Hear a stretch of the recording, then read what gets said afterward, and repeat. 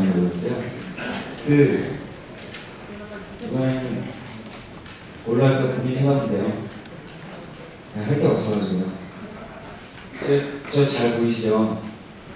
오늘 사회하는 와서 발행이 진짜 잘생겼다. 사귀고 싶다 이러면 손을 좀 들어주시면 왜 번쩍 들어주세요. 뭐 중요한 일은 아니잖아요. 이분들 잘 봐주세요. 양심을 속이고 계십니다. 여기 나와주세요. 두 분은 제가 갖고 있고요. 또 있으세요? 네. 나 이거 오늘 책 주면 와서 정기구독 한다. 한 분, 두 분, 세 분, 네 분. 나와주세요.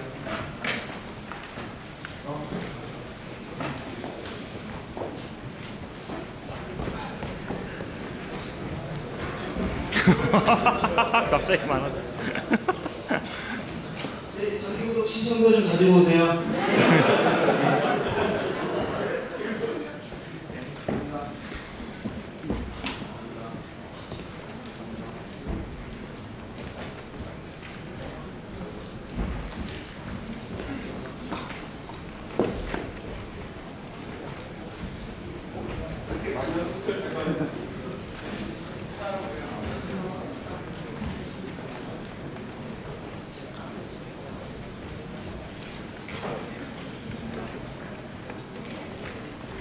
이제 진짜 마지막 세션인데요. 들으시겠지만, 오늘 받으신 분들은 저희가 나가실 때 정기구독 신청권 드리고요. 시작하겠습니다. 이거 큰 해주시죠. 네.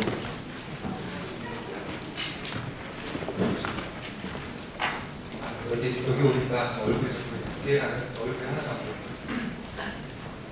보여요. 어제가 트랜스포머 개봉한 날이죠. 혹시 보신 분 계세요? 다들 바쁘시고 야간장 하시고. 저도 어제 이런 세미나 준비하느라고. 근데 보신 분들이 꽤 재밌다고 하더라고요. 트랜스포머 카페 게시판에도 그런 댓글이 올라왔는데 트랜스포머와 네트워크에 관련해서 뭘까요? 질문 올리셨어요. 누가 이런 현명한 답변을 하셨습니다.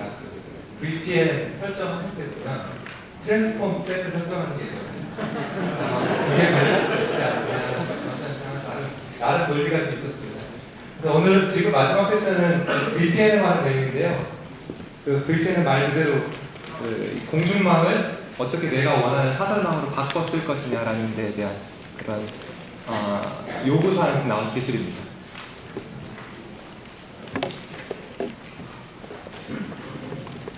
자, 그래서 결국은 보안성이 없는 네트워크, 즉 여러분들이 지금 다 쓰고 계시는 인터넷 또는 뭐 전화망 이런 보안성이 없는 네트워크를 통해서 보안 통신을 하고 싶다라는 게 VPN의 가장 원초적인 요구사항이고요. 세 가지만 만족하면은 됩니다. 이 세 가지는 여러분들이 머릿속에 넣어두시는 것이 좋은데 영어로 써서 죄송합니다만 한국말로 조금 적당한 말이 없어서요. authenticity라는 표현이 있는데 이거는 내가 말하고 있는 나랑 지금 통신하는 내가 진짜 걘지를 확인을 해야 되잖아요. 그게 첫 번째. 두 번째는 걔한테 들은 말이 이게 지금 중간에 바뀐 게 아닌지 그게 또 중요하죠. 인테그리티라고 해서 중간에 변동되진 않았는지. 세 번째, 누가 중간에 보지는 않았는지. 그 세 가지. 그래서 이 confidentiality, integrity, authenticity 이 세 개만 만족되면 얼마든지 VPN을 구축할 수가 있습니다. 그래서 앞으로 제가 슬라이드 내에서 계속 이 세 가지를 언급해드리면서 어떻게 현재 VPN 네트워크에서 이런 세 가지가 구현이 되어 있는지에 대해서 설명을 드리겠고요. 자, VPN은 여러 가지 용어들이 좀 있습니다. 그래서 VPN은 피터 선생님이 저번에도 한번 세미나 하실 때 VPN 설정하는 것도 보여주셨고, 그래서 제가 컨피그레이션 레벨까지는 터치를 안 할 거고요. 가급적이면 어떤 컨셉, 그리고 여러분께서 VPN 공부를 하실 때 막히시는 장벽 분명히 있습니다.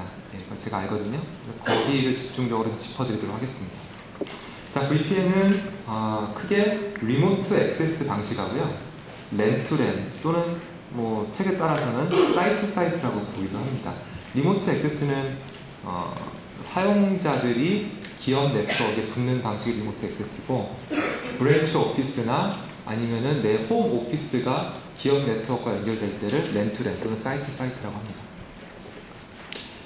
자, 대부분의 VPN 장비인 경우에는요, 이렇게 VPN 장비가 2개 있거나 또는 VPN 장비가 있고 VPN 클라이언트 사용자가 있으면 대부분은 이렇게 정보를 주고받아야 VPN 터널을 형성을 할 수가 있어요.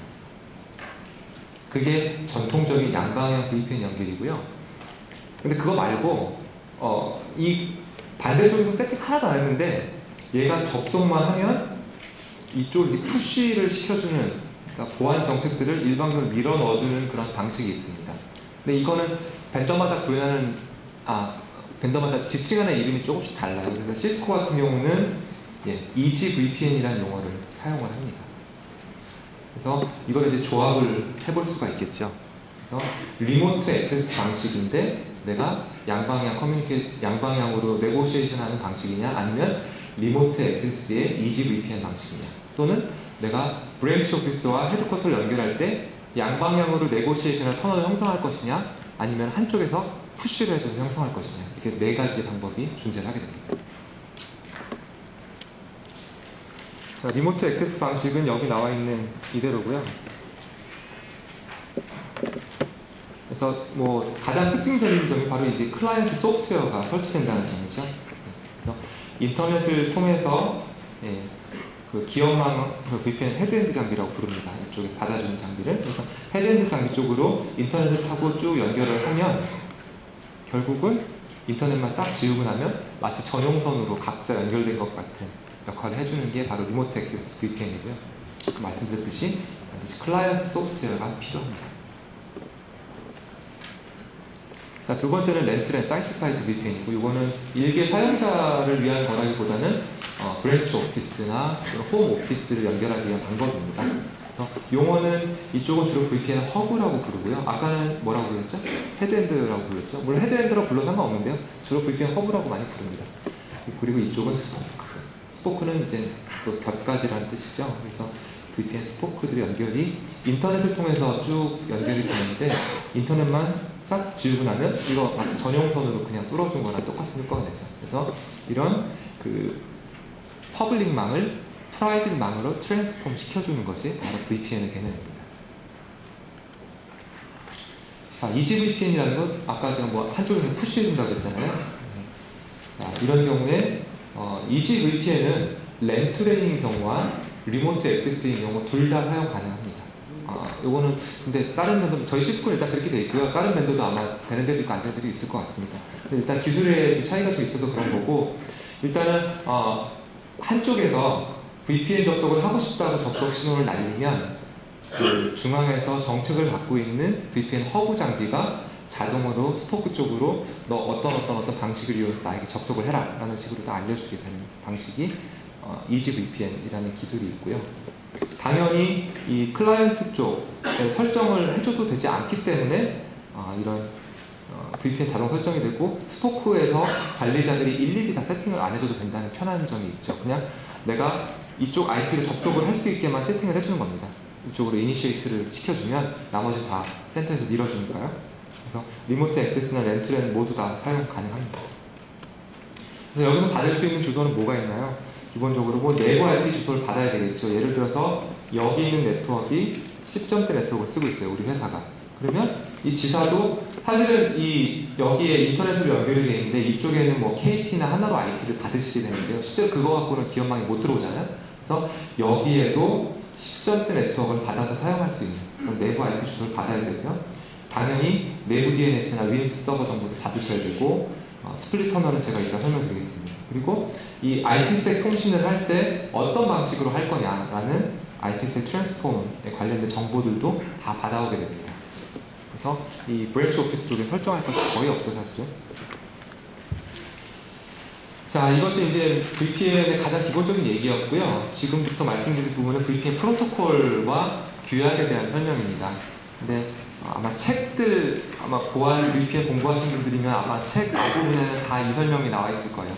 DH, RSA, Public Key Encryption, Symmetric, Asymmetric 쭉 보다가 개념을 잘 못 잡으시고 포기하세요, VPN은 바로. 근데 오늘 제가 설명드리는 거 몇 가지만 이해를 하시면 책들을 다 안 읽으셔도 됩니다. 사실은 그 책들이 말이 사실 너무 많고요. 거기 여러분이 아셔야 될 건 몇 개밖에 없어요. 첫 번째, 암호화입니다. 자, 암호화는 VPN에 어떤 요소를 만족시킬까요? Confidentiality, Integrity, Authenticity 중에 첫 번째, Confidentiality를 만족시키는 조건이 바로 암호화입니다. 중간에 누가 봐도 모르게 하겠다는 거죠. 그래서 암호화 방식 크게 두 가지가 있습니다. 첫 번째는 대칭형 암호화가 있고요.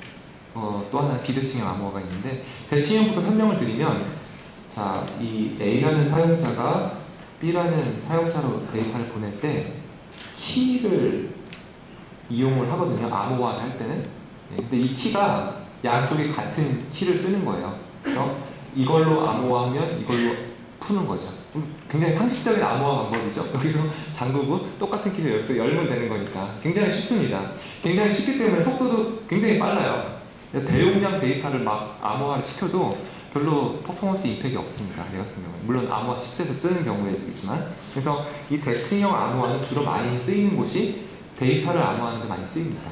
그래서 뭐 FTP 암호화해서 보내겠다? 요새는 그 HTTPS라는 프로토콜 많이 쓰시고 SFTP 이런 것도 많이 쓰시죠. Secure FTP 그래서 암호화시켜서 보내는 거. 이때 쓰는 기술들이 바로 그 Symmetric Encryption이라는 기능이고요.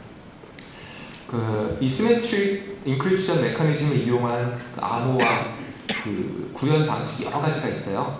그것이 이제 DES라고 하는 DES 또는 Triple DES, AES라는 이런 방식이 있고요.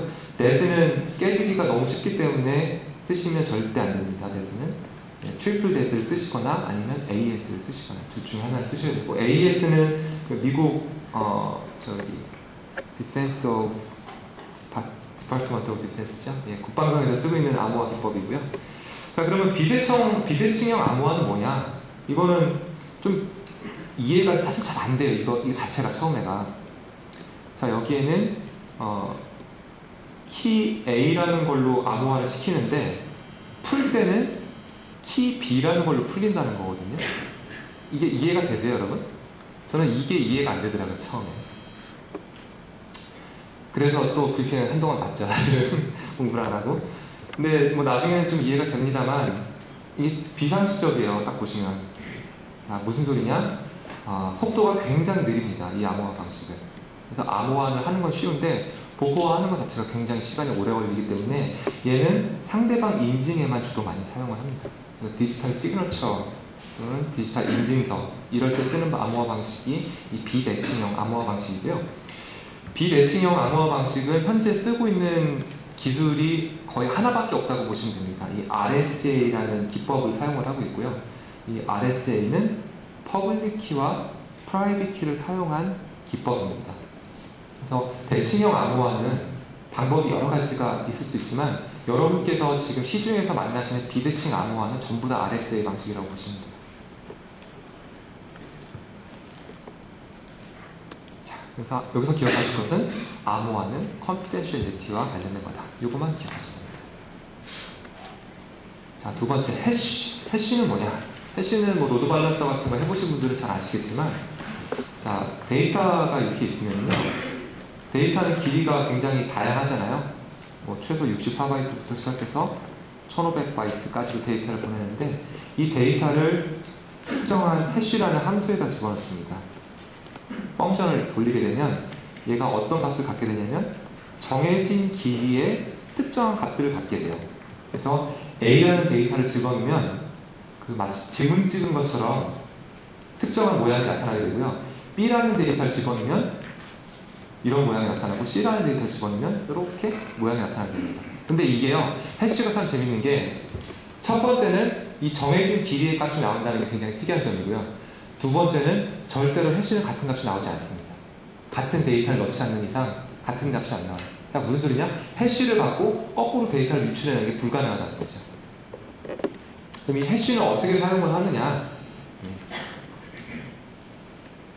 자, A라는 사용자가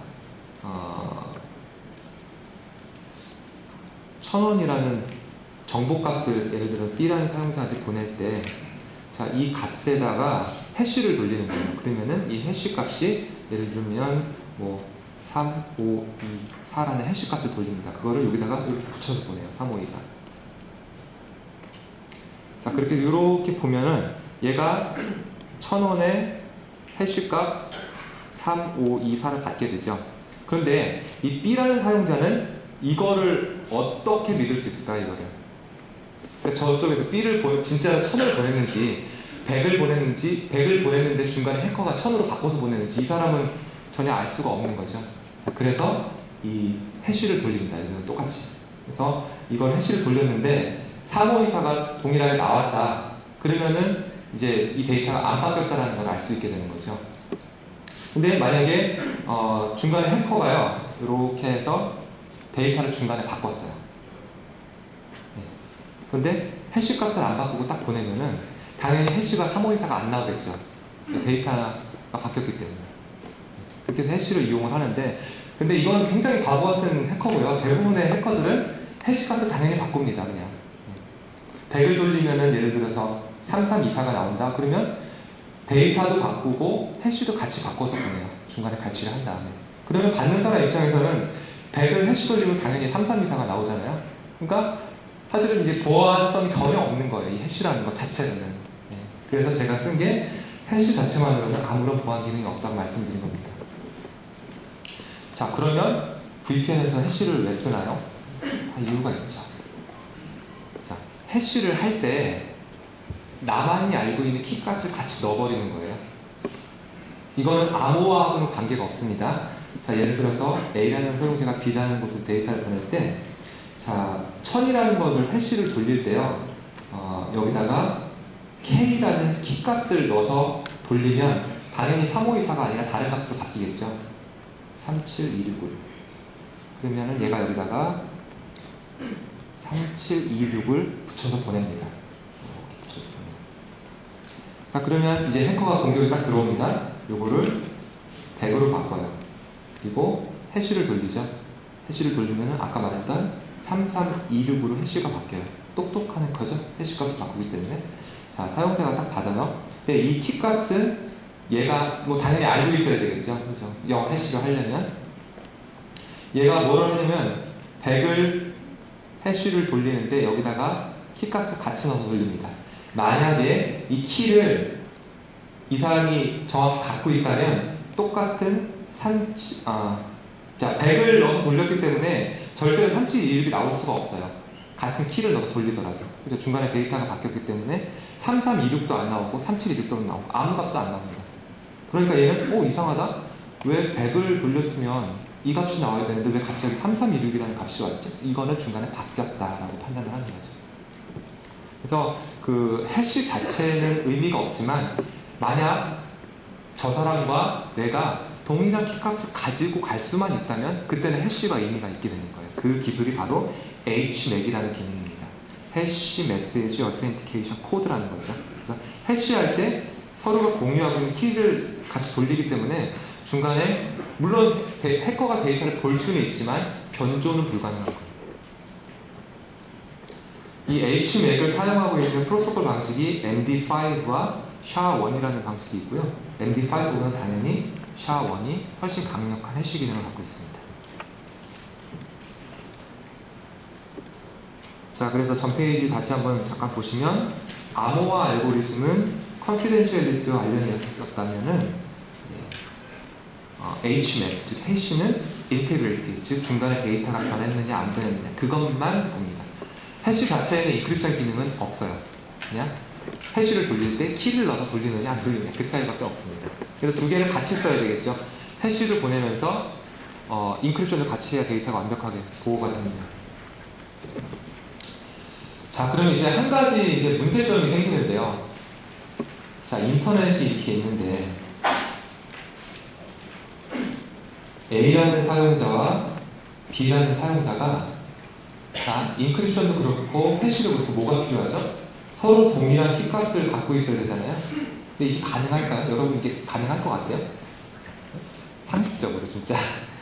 아니 여기가 뻥 뚫려 있는데 뭔가 같은 값을 갖기 위해서 주고받고 하면 다 보일 거 아니에요. 그럼 다 주고받고 보이면은 결국 여기서 키를 갖고 있을 수 있는 거잖아요. 상식적으로. 상식적으로 이해가 안 되시죠? 근데 상식적으로 이해가 안 되는 게 이 디피-헬만 알고리즘을 이용하면 됩니다. 이 디피-헬만 알고리즘이라는 DH 알고리즘은 보안이 안 된 통신 채널을 이용해서 결과적으로 둘만 알고 있는 비밀 공유 키를 생성하는 메커니즘이에요. 이해가 안 되시면 그냥 이렇게 이해를 하시면 됩니다. 그래서 DH라는 단어가 딱 나온다 그러면 이 DH 이거 아마 VPN 서적 보시면 DH의 뭐 큰 정수값의 프라임 넘버를 어떻게 보내서 막 근데 그거 그냥 안 보셔도 돼요, 여러분. 진짜 안 보셔도 돼요. 저도 안 봅니다. 그냥 DH가 나오면 아 DH가 끝나면 서로 간에 공통의 무슨 키를 갖겠구나. 그냥 그것만 이해하시면 돼요. 그게 답니다, DH. 그래서 저도 별 얘기 안 썼어요. 그래서 이 시메트리 키를 갖고만 있을 수 있으면 암호화도 할 수 있죠. 해시 돌릴 때 넣어서 HMA도 할 수 있죠. 뭐든지 가능한 거죠. 근데 그게 절대로 중간에 누가 보더라고 하더라도 여기서 이렇게 얘네들이 하는 얘기를 다 들어도 안 됩니다. 안 되게 돼 있습니다. DH는. 그렇게 이해를 하시면 되고요. 자, 디지털 시그너처는 뭐냐? 요거는 오늘 크게 내용이 없으니까 스킵하도록 할게요. 지금 시간도 많지 않고 해서. 자, 스플릿 터널링이라는 거는 VPN의 상당히 중요한 부분입니다. 이거는 VPN 장비의 퍼포먼스에 영향을 줄 수도 있고 사용자의 편의성에 영향을 줄 수도 있기 때문에 설정을 하느냐 마느냐는 보안 정책에 따라서 굉장히 고려를 잘 하셔야 되고요. 이게 스플릿 터널링이라는 거는 터널을 나눠준다는 얘기죠. 그래서 자, 이 사용자는 현재 인터넷에 접속이 되어 있습니다. 당연히 네이버를 접속하거나 할 때는 이 헤드엔드 장비를 거칠 필요가 없이 당연히 인터넷하고 넘어가는 거죠. 근데 VPN 터널을 일단 내가 추가적으로 이렇게 형성을 하게 되면 두 가지 옵션이 생깁니다. 하나는 내가 이 트래픽을 허용을 할 거냐, 아니면 무조건 모든 트래픽이 본사로 왔다가 여기서 이쪽으로 가게 될 거냐, 그 결정을 하셔야 되거든요. 차이점은 뭐가 있을까요? 첫 번째, 자, VPN 터널이 형성된 상태에서 이거를 허용을 하게 되면 자, 이게 네이버닷컴이니까 다행인데 이게 아까 말씀드린 라벨닷컴이다 하면은 자, 얘가 이제 해커가 되는 거잖아요. 해커가 여기다가 컨트롤 세션을 넣게 되고요. 컨트롤 트래픽을 수립할 수 있으면 이 해커는 전혀 자기의 그 신분을 노출시키지 않은 상태에서 이 컴퓨터에 대한 제어권을 얻게 됩니다. 그렇게 되면 이 컴퓨터는 지금 사례망으로 연결이 되어 있기 때문에 얼마든지 사례망으로 들어가는 할 수 있는 거죠. 결국은 해커가 이렇게 해서 사례망을 들어올 수 있는 보안 홀을 만들게 됩니다. 이게 스플릿 터널링입니다. 그래서 스플릿 터널링을 하게 되면 이런 일이 발생할 수도 있죠. 자, 그럼 스플릿 터널링을 안 하게 되면 어떻게 되느냐? 모든 트래픽이 기본적으로 다 가야 된다고 했잖아요, 이쪽으로. 자, 그러면 자, 네이버가 아니라 라벨닷컴을 접속을 할 때 얘가 이쪽으로 갑니다. 자, 이쪽은 암호화 통신을 하게 되죠. 터널을 통해 가니까. 그리고 헤드엔드 장비가 다시 접속을 합니다. 어디로? 라벨닷컴으로. 여기는 암호화가 당연히 안 돼 있겠죠. 근데 여기에서 말하는 취지는 이게 암호화가 됐느냐 안 됐느냐가 중요한 게 아니에요. 좀 보시면 자, 그러면 얘가 세션을 내주려면 이쪽으로 이렇게 접속을 당연히 해야 되겠죠. 지금 세션이 여기서 끊어지고 새로 내려진 거니까. 그래서 이 라벨닷컴 입장에서는 마치 여기 있는 EIP 주소가 나한테 접속을 한 것처럼 보이거든요. 그래서 당연히 리턴도 이쪽으로 주게 됩니다. 근데 이 VPN 장비는 VPN을 터미네이션 하는 장비지 이렇게 안으로 트래픽을 밀어주는 장비가 아니에요.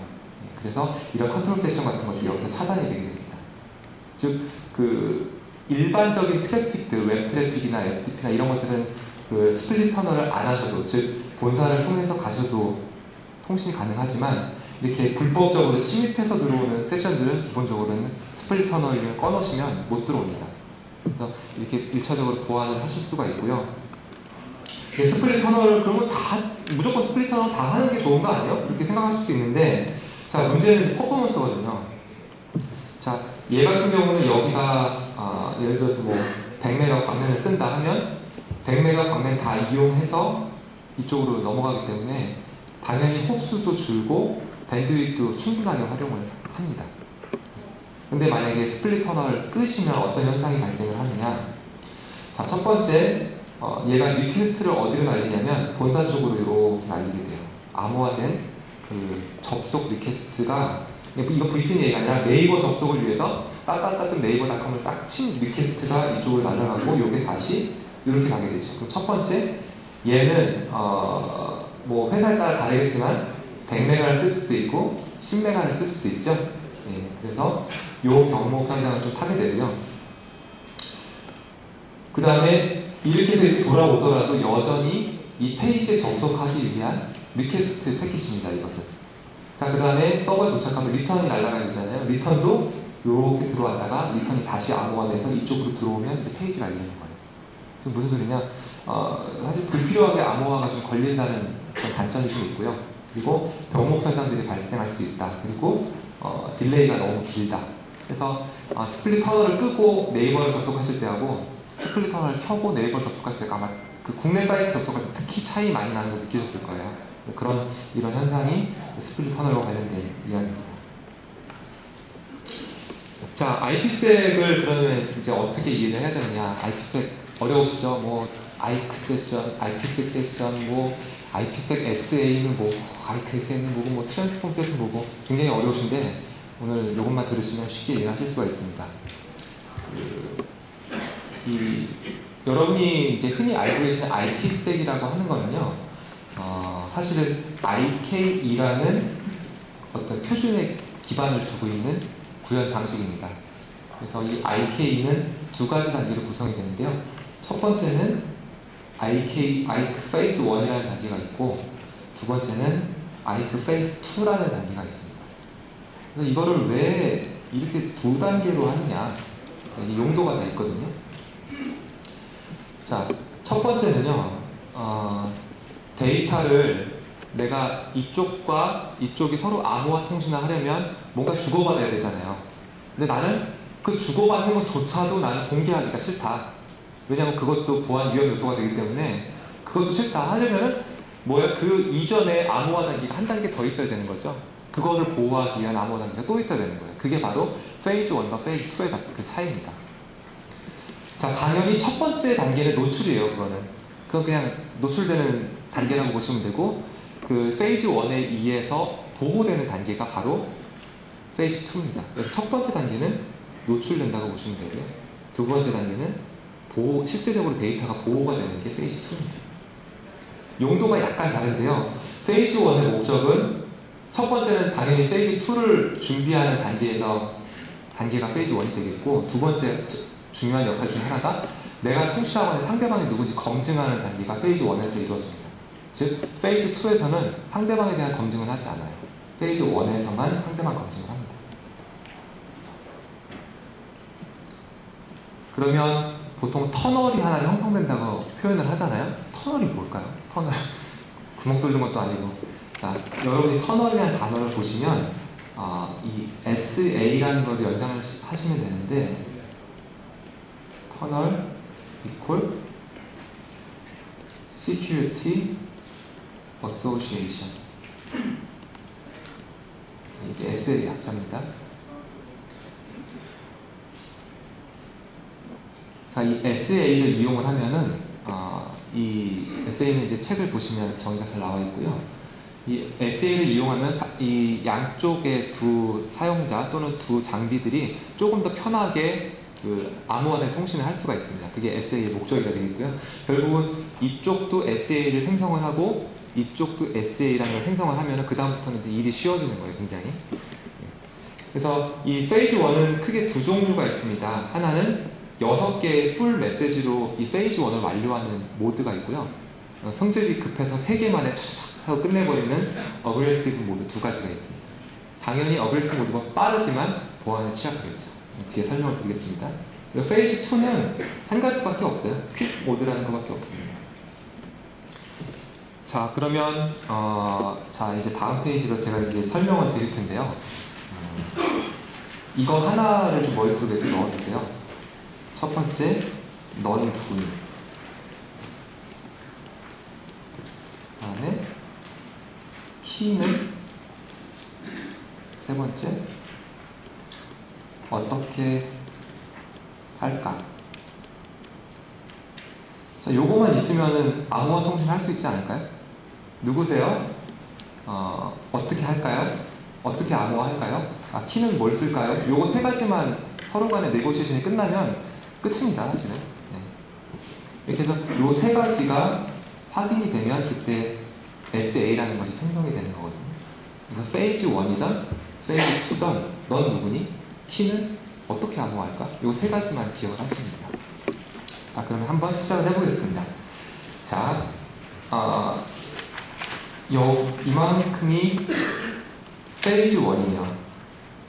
그리고 요만큼이 페이즈 2라고 보시면 됩니다. 자, 제가 이렇게 설명드린 이유는 터널하고요, 페이즈하고는 분리해서 좀 생각을 하셔야 돼요. 아마 VPN 공부를 지금 처음 하시는 분이라면 제 말씀 헷갈리실 수가 있는데, 자, 첫 번째, 넌 누구니? 키는 어떻게? 자, 요거를 보겠습니다. 자, 이 메인 모드라고 하는 건 제가 아까 말씀드렸듯이 총 6개의 패킷 교환을 통해서 메인 모드를 이루게 됩니다. 그래서 첫 번째, 어떻게 할까는 노출이 돼도 될까요? 노출되면 안 될까요? 네, 앞에서 열심히 컴퓨터 하시는 우리가 어떻게 얘기를 할까요? 그러니까 쉽게 말하면 우리 영어를 쓸까요? 중국어를 쓸까요? 라는 것 자체는 노출이 되면 될까요? 안 될까요? 안 되나요? 상관없죠? 네. 왜냐하면 키를 모르면 내가 어떻게 하는지 모를 거니까. 그래서 어떻게 할 건가? 그 트랜스폼 셋을 교환하는 단계가 첫 번째 있습니다. 첫 번째, 트랜스폼 셋. 그러니까 내가 어떤 암호화 방식을 쓸까요? 지금 이런 거예요. 쉽게 말하면 어떤 암호화 방식을 쓸까요? 해시 방식을 뭘 쓸까요? 이런 거 알려주는 것 자체는 의미가 없어요. 왜냐? 키가 없으면 다 무용지물이거든요. 그런 것들은. 그래서 어떻게 할까요? 이건 그냥 오픈됩니다. 그냥 누구나 다 볼 수 있어요. 이 정도는. 중간에 해커가. 두 번째, 키는 어떻게 할까요? 자, 근데 키는 굉장히 비상식적인 메커니즘이 하나 있었죠. DH를 이용하면 봐도 상관없습니다. 그래서 그대로 노출이 돼도 키는 노출이 안 돼요. DH를 쓰시면.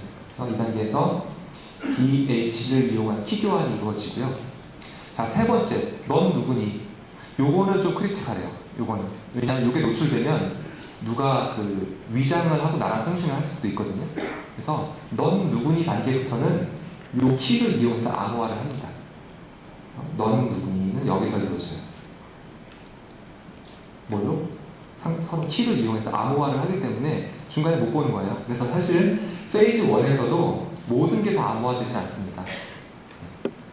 넌 누구니? 즉, 이 authentication 정보, 사용자, 상대방에 대한 인증 정보만 암호화가 이루어지는 거죠. 뭘로?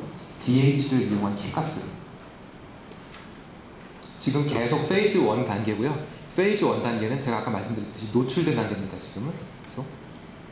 요게 딱 끝나면 뭐가 생성이 되냐면 이 페이즈 1이 끝나면 페이즈 1 터널이 형성이 돼요. 이런 식으로. 그러니까 책을 잘못 보시면 이 페이즈 1 터널을 이용해서 이런 정보들이 왔다 갔다 한다고 생각하실 수 있는데 그렇지 않습니다. 페이즈 1은 노출 단계예요. 노출 단계. 페이즈 1 터널 equal IKE 터널. 아까 제가 전 페이지에서 설명드렸죠? 자, 이렇게 터널이 형성이 되면, 즉 SA가 양쪽에서 수립이 되면 그 다음부터는 얘네들만 통신을 하기 때문에 그 다음부터는 모든 게 보호가 됩니다. 그 다음에는 정말 마음 편하게 뭐든지 할 수 있어요. 그래서 페이즈 2에서 넌 누구니? 근데 이거 안 하다 그랬죠? 넌 누구니는 안 합니다. 이거는 페이즈 1에서 이미 했기 때문에 했고 이미 암호화를 통해서 보호가 되기 때문에 여기서 중복해서 더 할 필요가 없어요. 그다음에 키는 요거는 할 수도 있고 안 할 수도 있습니다. 이거는 사용자의 선택에 따라서 이 키를 갖다 그냥 쓸 수도 있고 완전히 새로운 키를 생성하게 할 수도 있어요.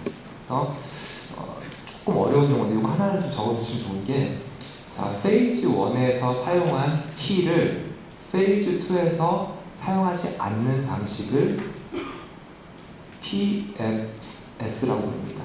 이거는 Perfect 죄송합니다.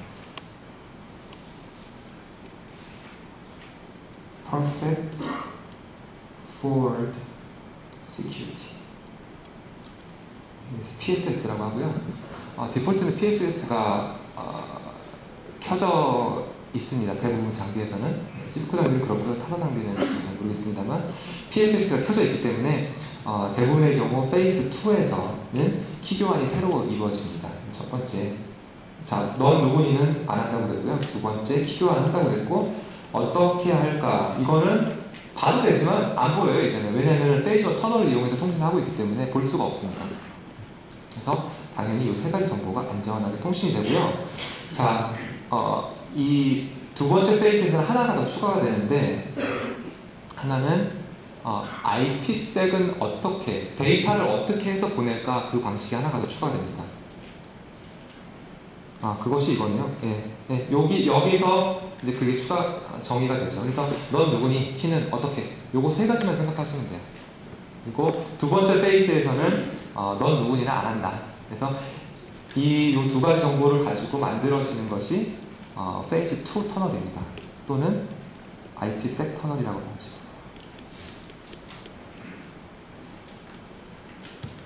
그래서 IC 페이즈 1은 노출된 과정이고 그거는 터널을 이용하는 통신이 아니라고 제가 계속 강조 말씀드렸고요. 페이즈 1 터널이 형성되면 그 다음에 IC 페이즈 2가 진행됩니다. 그러면 이 IC 페이지 2는 누가 이용하느냐? 요거는 데이터가 이용하는 거예요, 실제로. 그래서 한 단계씩 좀 밀려있기 때문에 책을 그대로 보시면 조금 혼란스러우실 수도 있습니다.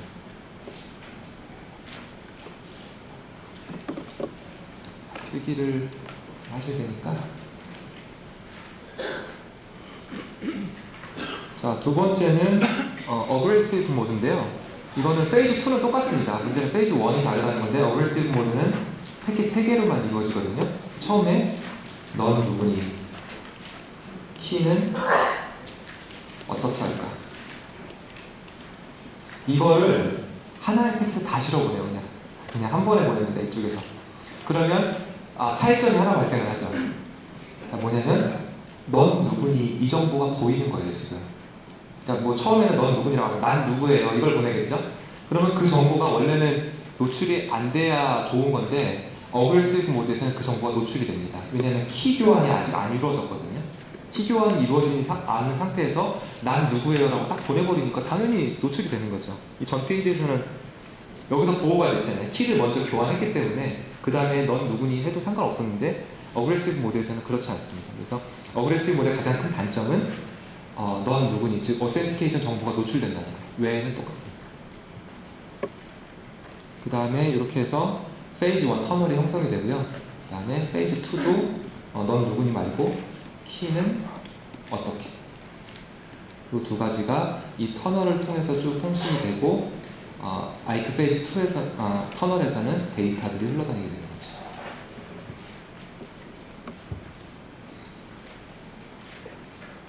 아마 이 정도 이해하시고 이제 여러 교재들을 보시게 되면 쉽게 이해가 되실 겁니다. 자, 그러면 이제 사용자 인증이나 IP 할당, 제가 말씀드린 사용자 인증은 이거랑은 조금 다른 얘기고요. 제가 요거를 설명드릴 넌 누구니 이거는 이제 라우터들 간에 VPN 터널 맺을 때 예를 들어서 얘가 호스트 네임이 라우터 A, 라우터 B일 때 요때 넌 누구니에 해당하는 요 부분이거든요. 디바이스 네임 주로 많이 쓰는데 요런 부분이 이제 넌 누구니에 해당하는 부분이고 이거 말고 사용자 인증을 실제로 해야 하는 경우가 있어요. 뭐 유저, 제 아이디, 패스워드 이런 인증. 근데 기본적으로 IK 표준에는 디바이스 인증은 포함이 되어 있습니다. 제가 아까 말씀드린 넌 누구니, 너 지금 나랑 얘기하는 게 누구니 그건 되는데 사용자 인증까지는 안 돼 있어요. 그리고 IP를 자동으로 할당해주는 그런 기능이 없습니다. 그래서 그거를 추가적으로 표준을 제정을 한 게 여기 나와 있는 IK 익스텐션이라는 개념이고요. 이것도 표준입니다. 그래서 IK 익스텐션에서는 세 가지의 가장 대표적인 일들을 하고 있는데 첫 번째는 사용자 인증 기능이 추가가 됐고요. 두 번째는 IP 자동 할당. 이건 DHCP하고 다른 개념이에요. DHCP는 여러분 아시죠? 도라, 디스커버, 리퀘스트, 어퍼, 에크. 이거 말고 또 다른 방식의 자동 IP 할당 기능이 있습니다. 그게 바로 모드 컨피그라는 기능이고요. 그리고 IPsec 클라이언트와 IPsec 헤드엔드 장비는 물리적으로 다이렉트 연결되어 있지 않잖아요. 그래서 중간에 있는 라우터가 다운되면 이 앞쪽에 있는 사람들은 이게 살았는지 죽었는지 세션이 끊었는지 모릅니다. 그래서 죽은 피어를 감지하는 이 Dead Peer Detection이나 DPD 기능이 이 아이크 익스텐션에 들어가 있습니다. 상대방의 생사력을 확인하는 거죠. 그러면 아까 페이스 1 있었고 페이스 2 있었는데 그럼 페이스 3인가요? 그렇진 않고요. 이 아이크 익스텐션은 페이스 1.5입니다. 그래서 아이크 익스텐션 구현을 하시는 경우에는 페이즈 1이 끝나면 잠깐 요 세 가지 기능에 대해서 임플리멘테이션 딱 들어가고 페이즈 2로 넘어가게 되는 거죠.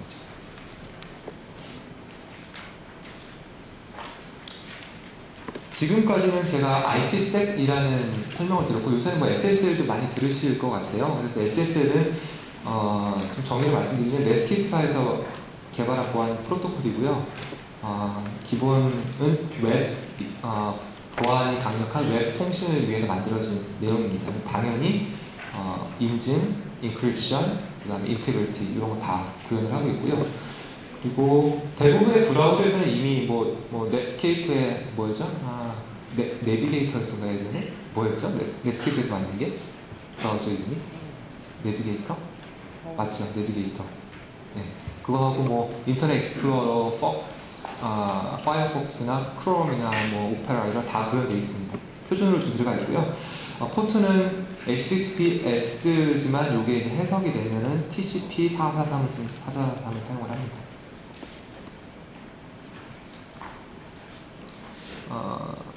근데 이 SSL VPN은 일반적인 IPsec VPN하고 조금 달라요.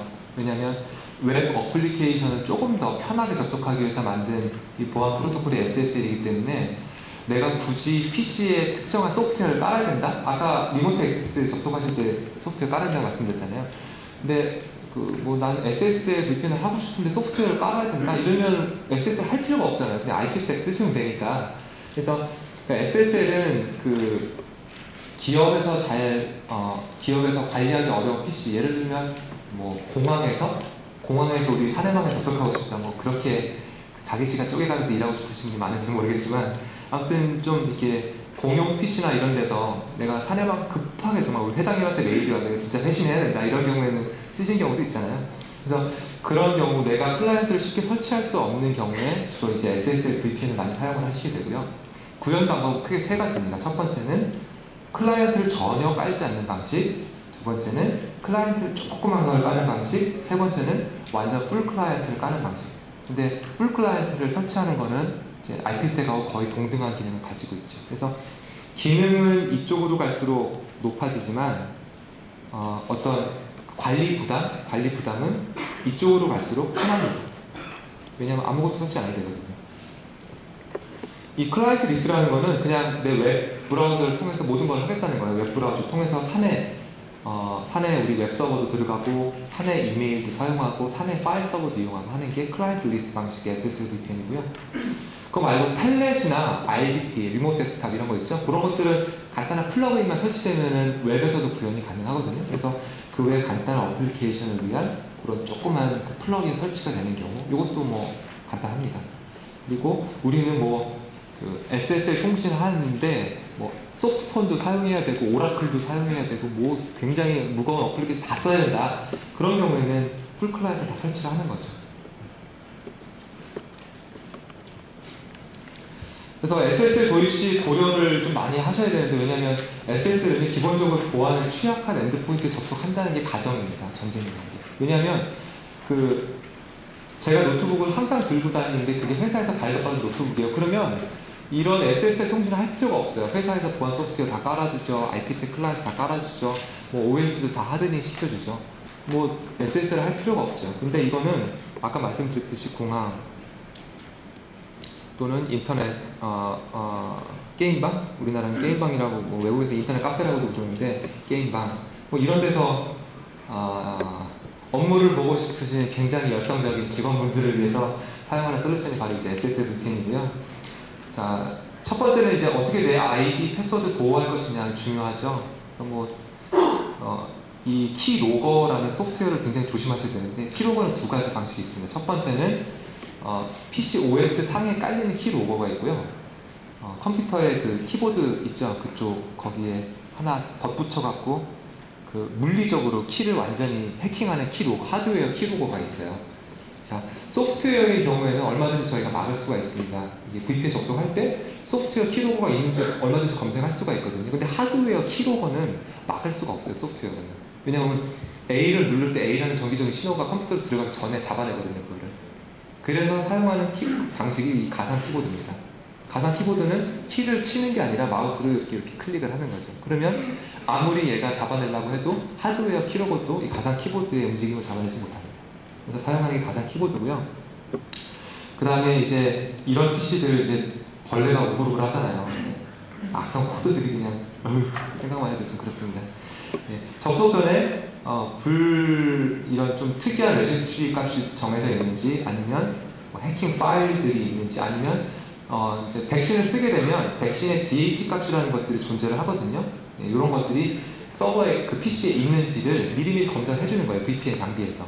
그래서 뭐 메가피나 트렌드 마이크로 또는 뭐 알약, V3 이런 DAT 파일들이 있는지, 있으면 일단 백신에 깔려있다고 가정을 할 수가, 전제를 줄 수가 있거든요. 그래서 이런 파일 유무 검사, 또 뭐 윈도우 98은 우린 절대 안 돼, 윈도우 98은 취약해, 이런 경우에는 OS 검사까지 다 해서 이제 접속을 시켜줘야 될 거고요. 그 다음에 다 끝나면 뭐를 해줘야 될까요? 여러분 쿠키 정보 안에는 아이디 패스워드가 다 남아있는 거 알고 계시죠?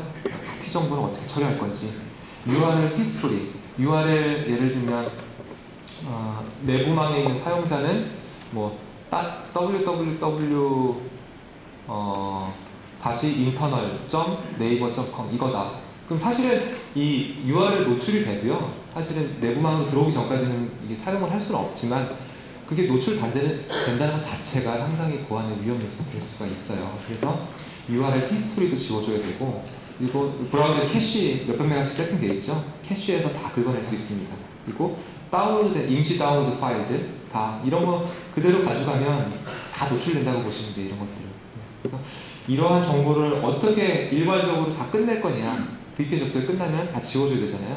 이런 것들을 얼마나 자동적으로 클리닝 해줄 거냐, 아니면 이런 것들 못할 거라면 아예 가상 데스크탑 환경을 제공을 하는 거죠. VPN 붙을 때 그 PC를 이용하는 것이 아니라 그 PC에 가상 PC를 하나 열어주는 거예요. 그래서 그 안에서 접속할 수 있게끔.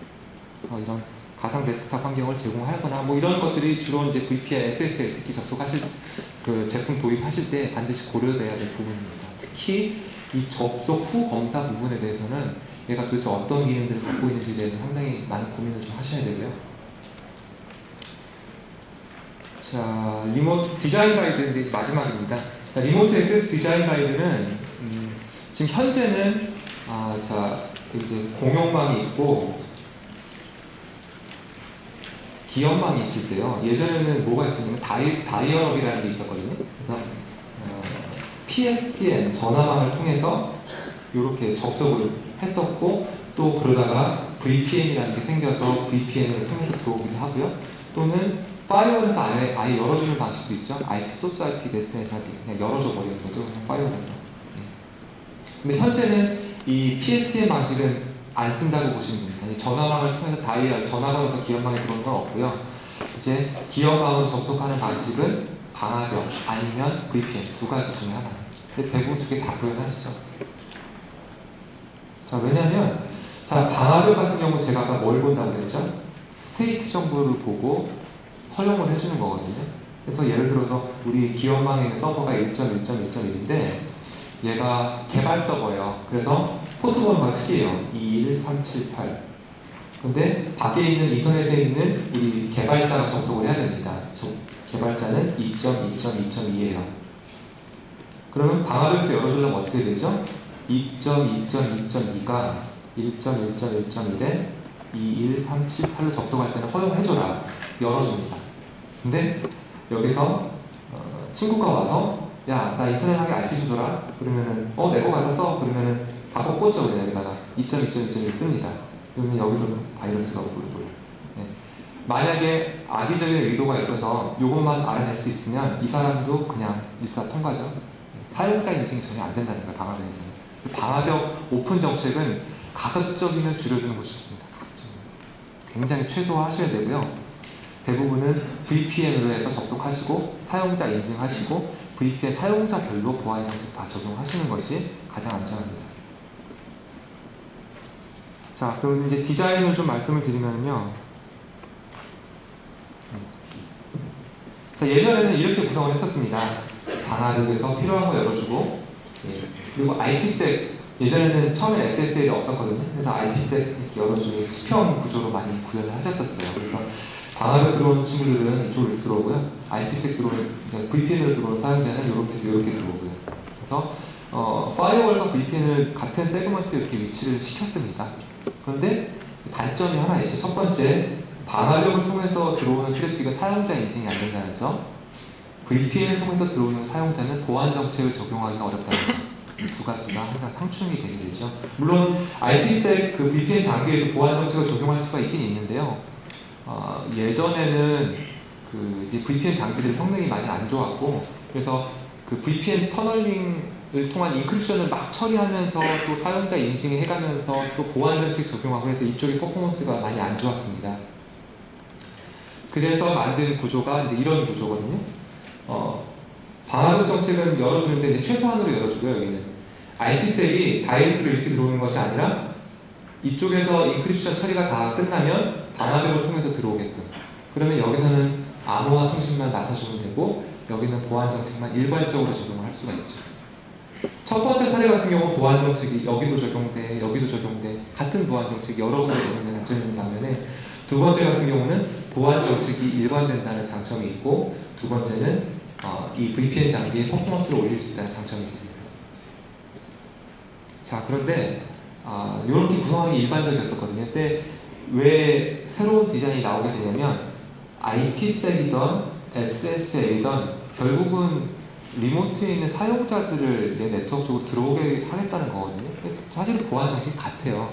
그러니까 어떤 사람이 하루는 노트북을 갖고 갔어요, 집에. 그러면은 IPsek으로 접속을 하겠죠? 근데 어느 날 노트북을 놓고 왔어요. 그럼 집에서 SSL로 접속을 할 텐데 같은 아이디와 패스워드를 사용할 겁니다. 그렇다면 그 아이디 패스워드에 대해서는 동일한 보안 정책을 적용해 주는 게 맞죠, 상식적으로. 그런데 그렇게 되면 이 장비를 두 개를 따로 운영한다는 것 자체가 사실 좀 어불성설이에요. 같은, 이게 기법은 다르지만 사실은 같은 용도로 사용되는 장비거든요. SSL과 IPsek은.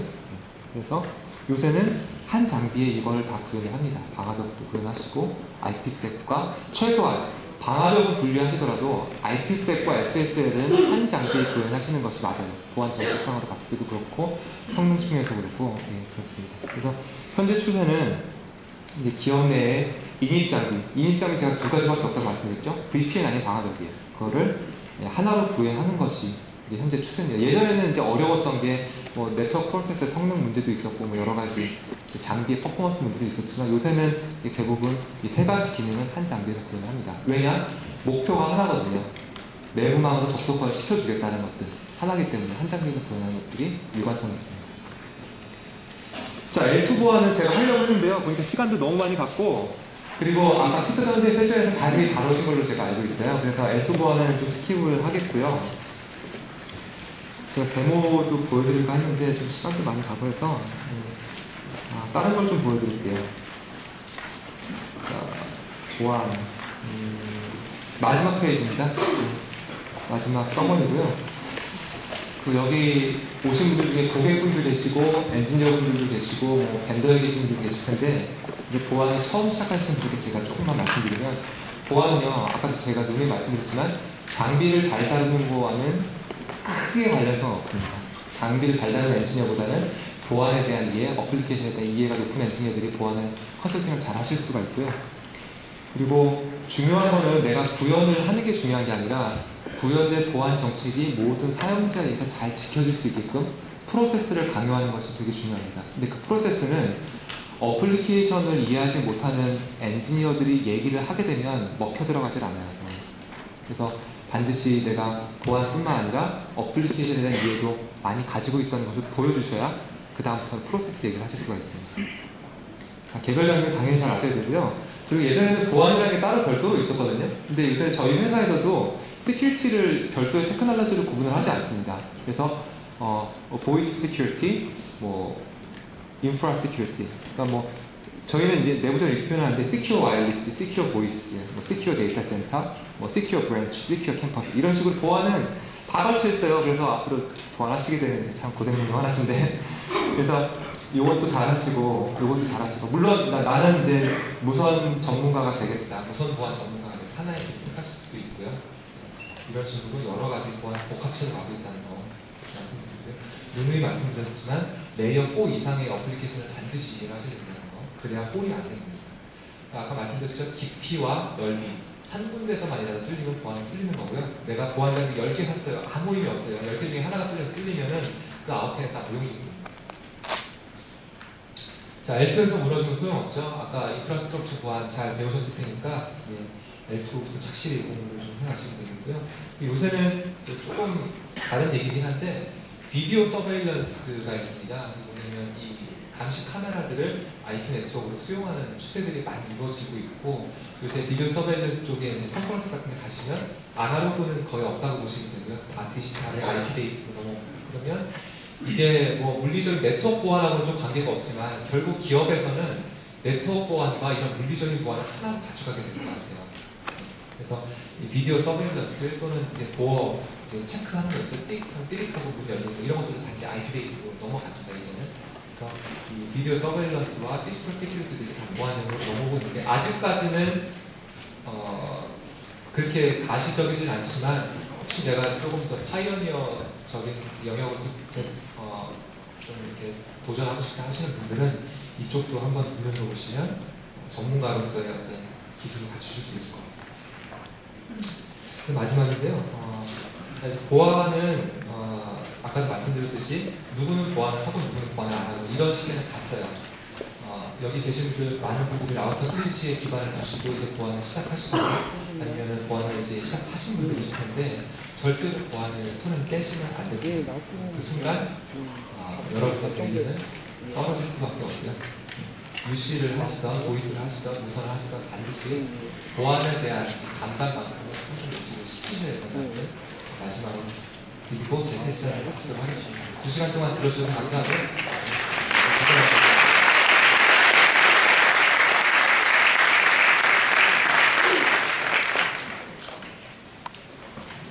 네, 장시간 함께 해주시느라고 여러분들 고생 많으셨습니다. 오늘의 세미나는 이것으로 종료가 되었는데요. 참가자 여러분들께서 또 장시간 함께 해주시는데 감사하는 의미에서 제가 경품 추첨을 준비를 했습니다. 설문지를 반납을 하시고 받으셨던 경품 권을 지금 꺼내서 번호를 확인을 해 주시고요. 세션이 모두 마쳐진 만큼 지금부터는 편안하게 관람을 해 주시기 바라겠습니다.